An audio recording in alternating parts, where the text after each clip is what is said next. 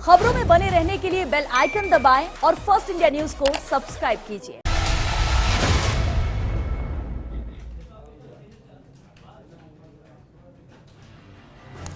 नमस्कार, स्वागत है आपका बिग फाइट लाइव में। आपके साथ मैं हूं श्वेता मिश्रा। बाबा रामदेव और उनकी दवाई कोरोनिल एक बार फिर चर्चा में है। करीब 8 दिन पहले बाबा रामदेव के एक दावे ने पूरी दुनिया को चौंका दिया था, जिसमें बाबा रामदेव ने कहा था कि पतंजलि ने कोरोना की दवाई खोज ली है और उसे कोरोनिल का नाम दिया गया है। दावे पर बवाल हुआ। आयुष मंत्रालय के साथ साथ कई राज्य सरकारों ने दवा के साथ साथ बाबा की मंशा पर भी सवाल खड़े कर दिए। सूबे के चिकित्सा मंत्री रघु शर्मा ने तो यहां तक कह दिया कि अगर दवा बाजार में बिकती दिखी तो उसी दिन बाबा जेल में होगा, क्योंकि बाबा ना तो सबूत दे पाए कि ट्रायल कब और किस पर किया और ना ये बता पाए कि दवा को किसने मंजूरी दी है। बहरहाल, नोटिस के बाद बाबा ने मंत्रालय को दस्तावेज सौंपे, जिसके बाद आज बाबा रामदेव ने प्रेस कॉन्फ्रेंस में कहा कि सरकार से हरी झंडी मिल गई है और अब कोरोनिल जल्द ही बाजार में दिखेगी और बिकेगी भी। हालांकि बाबा ने साफ नहीं किया कि कोरोनिल दवा है या इम्यूनिटी बूस्टर। कुल मिलाकर बाबा रामदेव ने बीच का रास्ता निकालते हुए से कोरोना क्योर न बताकर कोरोना मैनेजमेंट बताया। इतना ही नहीं, बाबा ने प्रेस कॉन्फ्रेंस में विरोधियों को पानी पी पी कर कोसा। यहां तक कह दिया कि कोरोनिल से विरोधियों को मिर्ची लगी और उन्होंने आतंकियों की तरह हम पर एफआईआर करा दी। खैर, बाबा के हजार सफाई के बाद भी आज भी ये सवाल बरकरार है कि कोरोनिल इम्यूनिटी बूस्टर है या फिर है क्योर। अपने दावे पर बाबा क्यों नहीं है श्योर।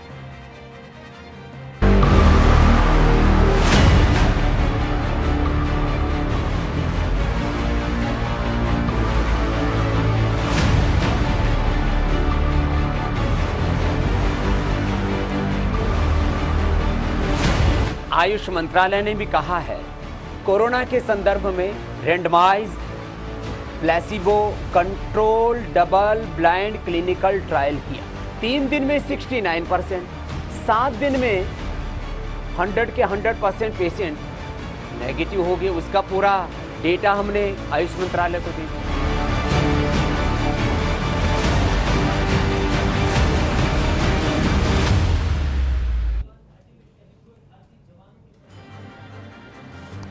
तो कोरोनिल मैनेजमेंट है या फिर है क्योर? दवा पर बाबा का दावा क्यों नहीं है श्योर? कोरोनिल पर क्यों है सवाल और बवाल? किसने और क्यों रचा शब्दों का मायाजाल? बिग फाइट में बहस आज इस अहम मुद्दे पर, और बहस के लिए हमारे साथ बेहद खास मेहमान मौजूद है। चलिए उनसे रूबरू करा दें आपको। हमारे साथ चिकित्सा मंत्री डॉक्टर रघु शर्मा, बीजेपी के प्रदेश उपाध्यक्ष ज्ञानदेव आहूजा जी हमारे साथ हैं, कांग्रेस नेता सुरेश चौधरी जी हैं, आयुर्वेद कॉलेज के प्रोफेसर गोविंद नारायण शर्मा जी हमारे साथ हैं, एसएमएस के मेडिसिन विभाग के एचओडी डॉक्टर एस बैनर्जी हमारे साथ, और साथ ही हैं वरिष्ठ अधिवक्ता एसके सिंह जी। आप सभी का बहुत स्वागत है बिग फाइट लाइव में। शुरुआत रघु शर्मा जी आपसे ही करते हैं। आयुष मंत्रालय ने पतंजलि की इस दवा से जुड़े तथ्यों की जांच करने के बाद इसे मार्केट पर उतारने की इजाजत दे दी थी। इसके बावजूद भी सवाल आपने उठाए, और क्या अब राजस्थान में भी कोरोनिल उपलब्ध होगी?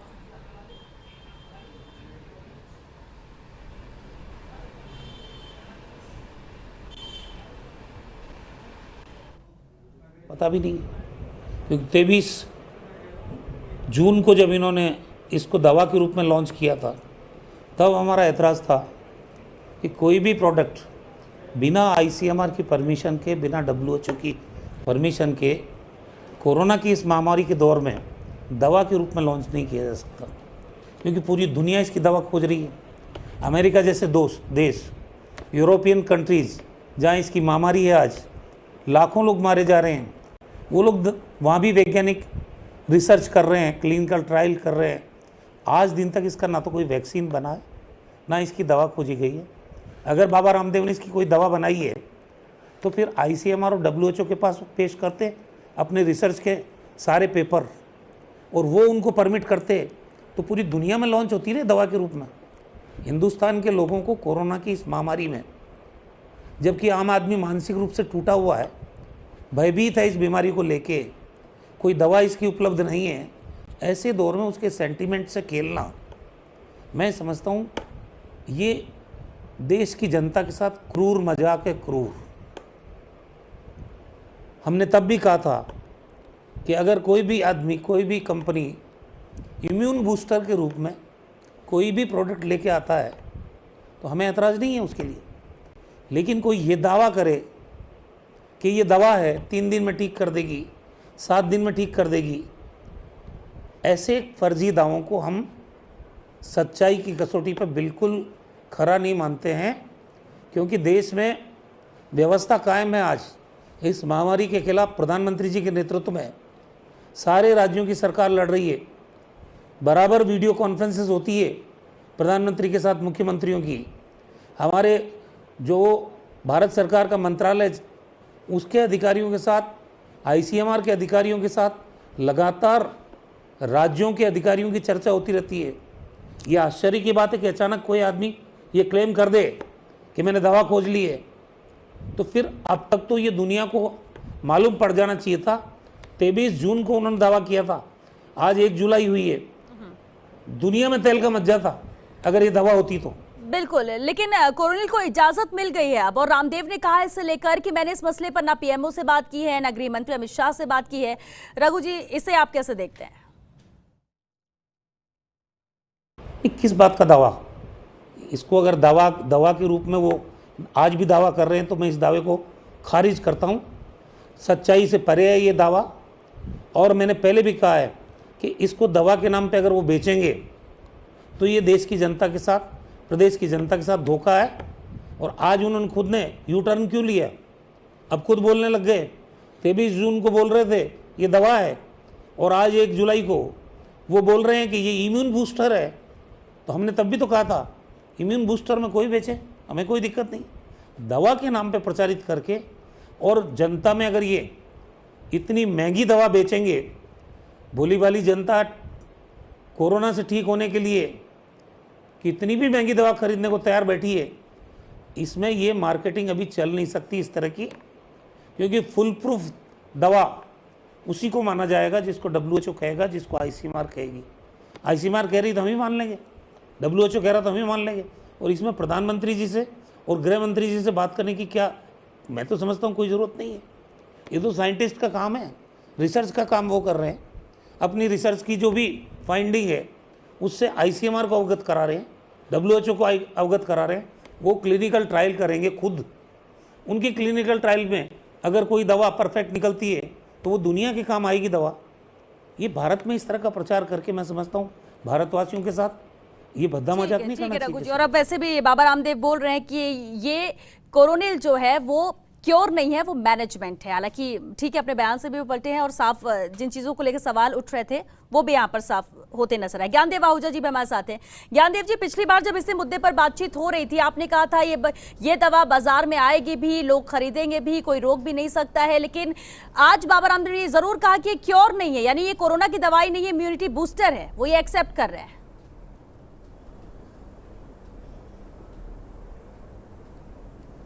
ऐसा है जी कि आयुर्वेद ने एलोपैथी से पहले सैकड़ों हजारों वर्षों से धन्वंतरी और चरक और सुश्रुत ने सर्जरी भी की। एक बाबा, एक सन्यासी अब तक जितना प्रोडक्ट दिया है, अब तक जितने उत्पादन आए हैं, उनमें किसी में भी फर्जीवाड़ा नहीं है। और वो मैं खुद उनका दंत मंजन, दंत मुक्ता प्रयोग करता हूँ। 10 साल पहले मेरे दाढ़ में, मेरे दांतों में दर्द होता था।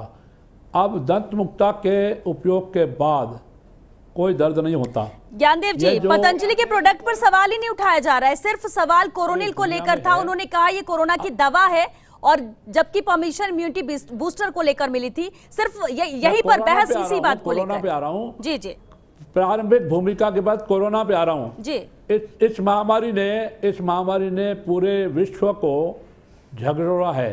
इस महामारी कोरोना ने अमेरिका, यूरोप सहित, भारत सहित सभी देशों को, और महामारी ने जो फैला है उसके कारण जो नुकसान हुआ है और जो लगातार मौत हो रही है, उसमें एक सन्यासी ने और एक शोध किया और करवाया। उन्होंने खुद ने नहीं किया, पर उनके पास अच्छे साइंटिस्ट हैं, उनकी प्रयोगशाला है। मैं खुद हरिद्वार जाकर के देख करके आया हूँ।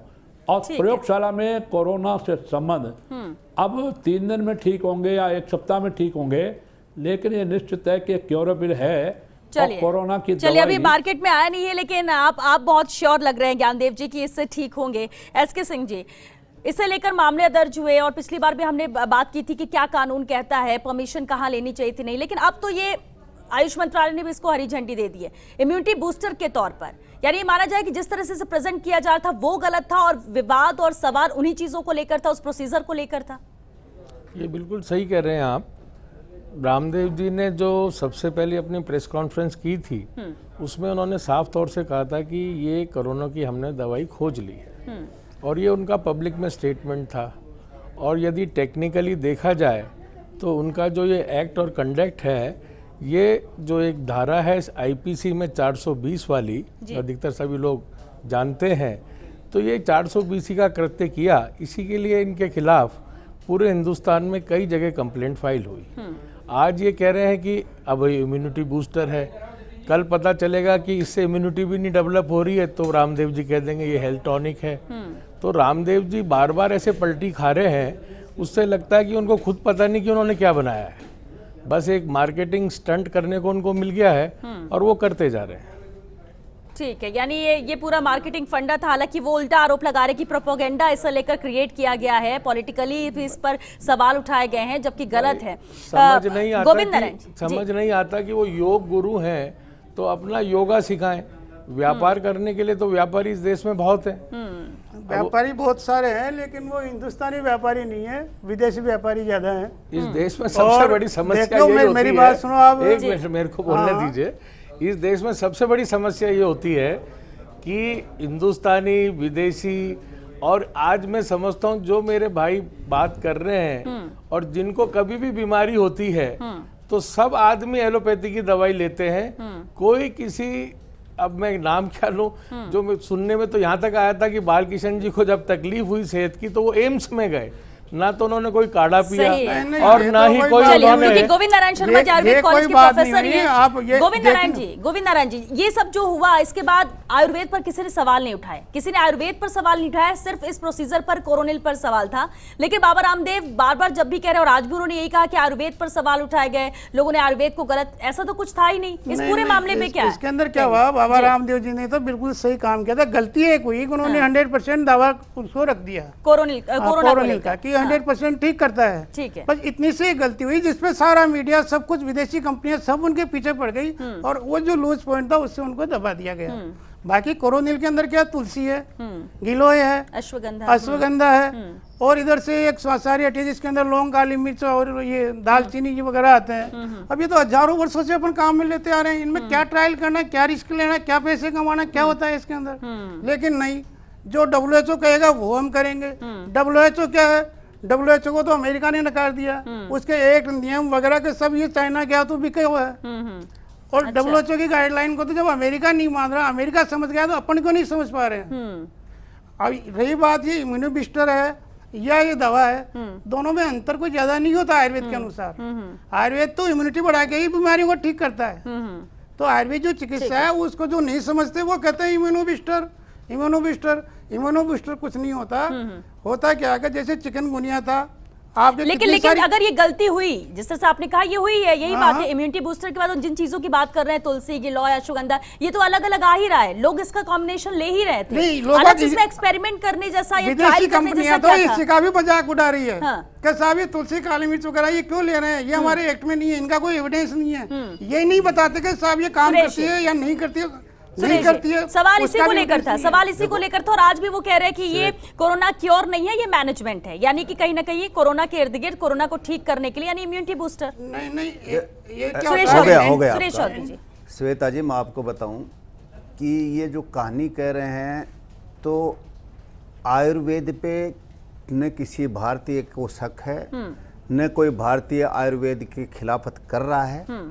बाबा रामदेव ने प्रेस कॉन्फ्रेंस की, नहीं आयुर्वेद की, अरे तो आप बोल लिए ना, आप बोल लिए ना, आप बोल लेना बात। ठीक है गोविंद जी, सुन लीजिए। कोरोनिल बाबा ने ये कहा कि 100% ठीक होगा, दवा खोज ली गई है, निम्स के लेबोरेटरी में इसकी जांच हो गई है, वहाँ सारे पेशेंट पे चेक करके सारा देख लिया। फिर वही बात छींटते रहोगे, फिर वही बात क्या कर रहे हो आप, आपको पता ही नहीं, पता है तभी तो बता रहा हूँ। इसके बाद सब कुछ हुआ। आज भी देश का कोई भी आदमी बाबा की जो इम्यूनिटी बूस्टर की जो बात आ रही है उसके लिए अगर बात करते हैं तो कोई विरोध नहीं है, जब इस बीमारी के बारे में पूरा विश्व बंद पड़ा है, पूरा विश्व चिंतित है, भारत के प्रधानमंत्री चिंतित हैं, देश के सारे मुख्यमंत्री चिंतित हैं, सारे वैज्ञानिक शोध में लग रहे हैं, अब बाबा ने ये इसकी प्लान षड्यंत्र रचा, किट बनाया, लेकिन वो बाबा आज बना... खुद ये बोले सुरेश जी कि ये प्रोपोगेंडा बनाया गया, नहीं, बाबा नहीं, के जाति धर्म पर गया गया, नहीं, सवाल ये उठाए बाबा का गए, ये ही कहां से मुद्दा प्रोपोगंडा है? ये बाबा का ही प्रोपोगंडा है, पैसा कमाने का। अच्छा। वरना ये चीजें तो नहीं, पहले नहीं, बेच ही रहा नहीं, बाबा। नहीं, आपने मान ये लिया। बाबा बेच ही रहा है हाँ, ना, तो ये तीनों चीजें बाबा बेच रहा था। यही बाबा आज खुद बैक क्यों है? यही बाबा नहीं, नहीं, आपने बाबा को आज योगा के कहना लिए भी कहा था। ओ, बाबा को आज ठीक है। कह देना यही बात चाहिए। अरे आपने आप योगा ये के बताओ ना, लिए बाबा कही थी। बाबा कह रहे हैं कि और दवा आज ठीक है। योगा दिवस पूरे वर्ल्ड बाबा में कह मनाया रहे हैं कि जाता दवा है। श्योर तो बाबा भी नहीं कह रहा है कि दवा है, ठीक है। श्योर तो बाबा खुद भी बैक नहीं हो गया। है। कब एक हो गया? बीच का उसका रास्ता एक- निकाला गया एक सर, कोई बीच का mistake रास्ता हुई, निकाला उसी गया। को डॉक्टर पकड़े। एस बनर्जी भी हुई हमारे ना। साथ हाँ, हैं, mistake- एचओडी मेडिसिन विभाग के एसएमएस हॉस्पिटल के। एक minute sir, doctor Banerjee side effect, चलिए, साइड इफेक्ट immunity booster निकालिए ना। product चलिए है, ठीक है दवा है सुरेश जी, नहीं, कोई सुरेश जी side एक effect है मिनट, सुरेश जी एक मिनट। डॉक्टर बनर्जी, पूरी दुनिया लगी हुई है कि इसका दवा बन जाए कोरोना की, जिस तरह से पूरी दुनिया इसके चपेट में आ चुकी है। अब आयुर्वेद ने इसकी दवा बनाने का जो दावा किया था वो भी फेल होता साबित हुआ, क्योंकि ये कोरोना की दवा नहीं है। डॉक्टर बनर्जी क्या कहेंगे इसे लेकर? क्या कोई ट्रायल ऐसे जरूरत थी जिन चीजों की बात कही जा रही है? पूरी दुनिया इसमें हिली हुई है जी। जी सारे दुनिया में, सारे विश्व में, अलग अलग देशों में अलग अलग तरीके से इस चीज की जांच हो रही है, और इस स्थिति में एक सडनली एक ऐसी दवाई आ जाए, वेलकम है, पर उसकी बैकग्राउंड या सही तरीके से तो सबसे पहले तो ये एक आयुर्वेदिक दवाई है। ये दवाई कैसे अप्लाई हुआ एक medical college, allopathic medical college में, जो डॉक्टर से, वो मेडिसिन के डॉक्टर से एलोपैथी के डॉक्टर, उन्होंने कैसे कर लिया, क्या इंग्रेडिएंट्स हैं, ये एलोपैथी की दवाई, इसमें एक्टिव इंग्रेडिएंट्स क्या है। दूसरी बात, गवर्नमेंट ऑफ राजस्थान ने शुरू में सबसे पहले एसएमएस मेडिकल कॉलेज को, हमारे को कोविड केयर सेंटर बनाया, और यहाँ पे माइल्ड जो पेशेंट्स थे उनको, जब पेशेंट्स के लोड बढ़ने लग गए तो हमने और जगहों पे भेजा, जिसमें निम्स एक कोविड सेंटर बना, जहाँ पे एसिम्प्टोमेटिक और माइल्ड पेशेंट्स को भेजा गया।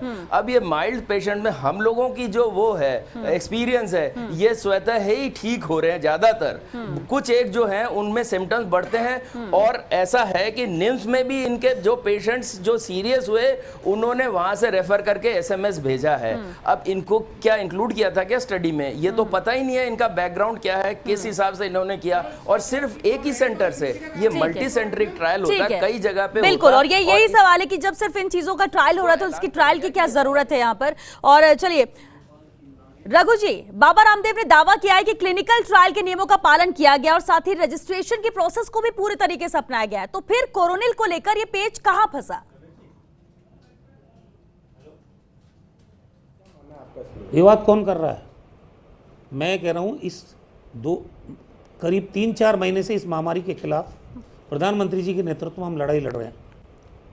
अब जो कायदे और कानून बने हैं उनको अध्ययन कर ले बाबा जरा। इसमें कोरोना में कोई मजाक नहीं चल सकता। मैंने कहा ना कि अंतर्राष्ट्रीय संस्था है हमारे पास, हमारे देश की सबसे बड़ी संस्था ICMR है, उनकी भूमिका ही नहीं है कोई। बाबा अपने आप रिसर्च कर लेंगे, अपने आप ट्रायल कर लेंगे, अपने आप दवा घोषित कर देंगे, ऐसी तो स्थिति नहीं आनी चाहिए इस देश के अंदर। ठीक है, लेकिन बाबा रामदेव की कोरोनिल को लेकर आप सबसे मुखर नजर आए थे रघु जी, क्या आपको अभी भी लगता है कि बाबा रामदेव कोरोनिल से मुनाफा कमाना चाह रहे हैं?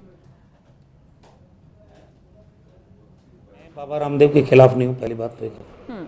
वो और भी कई सैकड़ों प्रोडक्ट बेचते हैं, मुनाफा कमाते ही हैं, पूरी दुनिया जानती है कि उनका व्यापार चरम पे है, उससे मेरे को कोई एतराज़ नहीं है, व्यापार सब कर सकते हैं। लेकिन ये महामारी इस तरह की है, ये 100 साल में ऐसी महामारी आई है देश के और दुनिया के सामने। अमेरिका जैसा देश दवा खोज नहीं पाए, यूरोपियन कंट्रीज जो संपन्न देश है वहाँ इस महामारी से लाखों लोग मर रहे हैं। और अंतर्राष्ट्रीय संस्था हो, चाहे हमारे देश की सबसे बड़ी संस्था हो जिसको हम ऑथेंटिक संस्था मानते हैं, वो अगर खुद लॉन्च करती इसको कि ये बाबा रामदेव ने पतंजलि में कोरोनिल नाम की दवा खोजी है और ये कोरोना के मरीज को ठीक करेगी, तब तो हम भी मानते, देश भी मानता, दुनिया भी मानती। ठीक है, खुद ही रिसर्च कर रहे हो, खुद ही ट्रायल करा रहे हो कि नहीं करा रहे हो, और खुद ही दवा लॉन्च कर देते हो, और उसके बाद में 23 जून को दवा लॉन्च करते हो, 1 जुलाई को यू टर्न करके उसी दवा को इम्यून बूस्टर का नाम दे देते हो। ये भद्दा मजाक है, मैं यही तो कह रहा हूँ। ठीक है, ये भद्दा मजाक है, इस तरह से नहीं करना चाहिए जिस तरह से इसे सामने लाया गया है। ज्ञानदेव आहूजा जी, आप बहुत देर से कुछ अपनी बात रखना चाह रहे थे, कहिए। एलोपैथी फेल हुआ अमेरिका में, एलोपैथी फेल हुआ इटली में, स्पेन में, इंग्लैंड में, सारे दुनिया में एलोपैथी फेल हुआ। तब तो ना बाबा रामदेव ये दवाई लाए, और ये दवाई इम्यूनिटी बढ़ाने के लिए, मैं फिर कह रहा हूँ, शारीरिक क्षमता शक्ति बढ़ाने के लिए है। जब शारीरिक क्षमता बढ़ेगी तो कोरोना आएगा नहीं, और आएगा तो अपने आप ही खत्म हो जाएगा। एलोपैथी फेल हो गई, मैं डॉक्टर साहब यही तो कह रहा हूँ, आप लोग जो कह रहे हैं मैं भी वही कह रहा हूँ, सारी दुनिया में एलोपैथी फेल हो गई। तब तो ना बाबा ने दावा किया है, बाबा ने जो दावा किया वो गलत नहीं है, वो फर्जीवाड़ा नहीं है, आप इसको स्वीकार करेंगे आज। सिर्फ तो शब्दों का खेल है ये कि अगर इम्यूनिटी बढ़ाने के लिए उससे ठीक हो जाएगा कोरोना, तो ये तो सब मान रहे हैं, और इसलिए इम्यूनिटी बूस्टर के रूप में ही उनको परमिशन भी मिली थी। लेकिन अगर ये कहा जाए कि कोरोना की दवा, इसको खाने से कोरोना मरीज एकदम ठीक हो जाएंगे, तो ये गलत है, और इसी को लेकर ही सवाल यहाँ उठ रहा था। एसके सिंह जी, मामले भी दर्ज हुए, इसे लेकर FIR भी की गई है। अब इस मामले में आगे क्या होगा? क्या अब सब कुछ वापस, या फिर इसमें अभी और कुछ भी बचता है सवाल करने के लिए आप लोगों के आगे? कानून की अगर हम बात करें, क्रिमिनल एक्ट एक होता है, सीरीज ऑफ एक्ट अलग होते हैं। जिस दिन बाबा रामदेव ने टीवी में कह दिया कि मैंने एक दवाई ऐसी खोज ली है जिसका 100% इलाज कोरोना का हो जाता है, तो उस दिन उन्होंने एक क्रिमिनल एक्ट कर दिया। जो IPC की धारा है 420, उसके फ्रेमवर्क में आप आ जाते हैं। तो इसलिए बाबा रामदेव आज ये कह देते हैं कि साहब मैंने तो कोरोना की दवाई कहा नहीं था, तो वो कोई उनका भूत तो था नहीं जो टीवी पे बोला था। बाबा रामदेव इन पर्सन बोले थे, और जितने भी वकील साहिबों लोगों ने मुकदमे दर्ज किए पूरे देश में, वो बाबा रामदेव जी के खिलाफ किए कि भाई आप एक झूठ बोल रहे हो, फरेब कर रहे हो, देश की जनता को धोखा दे रहे हो। अब ये बाबा जी को प्रूफ करना पड़ेगा कि मैंने धोखा नहीं दिया। ठीक है, लेकिन एक और बात है सुरेश जी, जो बाबा रामदेव कह रहे थे, जाति धर्म पर सवाल उठाए गए, मुझ पर सवाल उठाए गए, आयुर्वेद पर सवाल उठाए गए, ये कहीं ना कहीं इस मुद्दे को मोल्ड करने की कोशिश है। क्योंकि एक ही सवाल उठ रहा था कि कोरोनिल, अगर ये दवा 100% क्योर होने की बात दावे उन्होंने मंच से किया था, और इसलिए सवाल उठ रहा था जब परमिशन नहीं तो ये कैसे। अब इससे मोल्ड करते उन्होंने कहा जाति धर्म को लेकर भी सवाल उठाने लगे, लोगों को मिर्ची लगी, उन्होंने लॉन्च कर दिया दवा। किसे बुरा लगेगा अगर वाकई में दवा आ जाती? पूरी दुनिया इंतजार कर रही है। श्वेता जी, अभी राजस्थान के चिकित्सा मंत्री रघु शर्मा जी ने कहा ना कि हमारा बाबा रामदेव से कोई विरोध नहीं है। क्यों होगा? वो व्यापारी हैं, व्यापार करें। लेकिन कोरोना के इस पीरियड में, इस महामारी के पीरियड में, कोरोनिल नाम की दवा, और प्रेस कॉन्फ्रेंस करके सारे देश के सामने ये कह रहे हैं कि 100% इस दवा से मरीज ठीक होगा, और आज बाबा खुद ही पलटी खा गए। तो बाबा पे ये कोई बाबा रामदेव से मतलब नहीं है। शब्दों के मायाजाल की बात उन्होंने कही थी सुरेश बाबा रामदेव अगर ये बातें करेंगे, रघु जी, बाबा रामदेव ने कोरोनिल पर विवाद को शब्दों का मायाजाल बताया, आप इसे क्या कहेंगे? देखिए, अगर बाबा सदी की इस महामारी में हिंदुस्तान के लोगों की तकलीफ में कुछ हिस्सेदारी बटाना चाहते हैं, तो ये जो प्रोडक्ट उन्होंने खोजा है, ये इम्यून बूस्टर का जो प्रोडक्ट खोजा है, इतना पैसा उन्होंने कमा लिया, इसको फ्री कर दें। इतनी भारी कीमत इसकी रखी है उन्होंने, और ये सब्ज बाग दिखा के ये दवा है, गरीब आदमी इसके झांसे में आ जाएगा, देश का आदमी इसके झांसे में आ जाएगा। अब मैं उनसे आग्रह करना चाहता हूँ कि कोरोना महामारी के इस दौर में भारत का नागरिक होने के नाते उनकी भी कोई भूमिका बनती है। तो इस दवा को मार्केट में जब आप लेके आ रहे हो इम्यून बूस्टर के रूप में, राजस्थान की सरकार ने 20 लाख काढ़े के पैकेट, इससे ज़्यादा अच्छे कंटेंट के थे, हमने निःशुल्क बांटे हैं। क्या बाबा रामदेव तैयार है कि इसका एक नया पैसा चार्ज नहीं करेंगे, और वो निःशुल्क कोरोना की इस महामारी में देश की सरकार को, राज्य की सरकार को, देश की जनता को, प्रदेश की जनता को वो मदद करने में आगे हाथ बढ़ाएंगे? चलिए, व्यापार नहीं करेंगे तो क्या फर्क पड़ेगा? बिल्कुल बिल्कुल, और इसे लेकर ही सवाल ही उठ रहे थे। बहुत शुक्रिया आप सभी का इस चर्चा में शामिल होने के लिए। लेकिन एक बात तय है, बाबा रामदेव कह रहे हैं कि ये लोगों की मदद के लिए इसे लॉन्च किया है, और ये इम्यूनिटी बूस्टर है, लेकिन लोगों को ठीक करेगा। कोरोना की ये दवा नहीं है, इसे लेकर बाबा भी श्योर नहीं है, और ये बात उन्होंने कही। लेकिन जिस तरह से मंत्री रघु शर्मा का कहना ये कि क्यों ना इसे फ्री में बंटवा दिया जाए। अगर आप व्यापार नहीं कर रहे, बिजनेस नहीं कर रहे, मार्केटिंग अगर ये नहीं है, तो आप गरीबों को तो कम से कम बंटवा सकते हैं। लाभ होगा, फायदा होगा तो अपने देश की जनता के लिए होगा। और जब देश की जनता ने इतना कुछ दिया है, पतंजलि को आसमान पर बैठा दिया है, तो इतनी मदद तो की जा सकती है। चलिए, इसी के साथ बिग फाइट लाइव में आज के लिए बस इतना है। नमस्कार।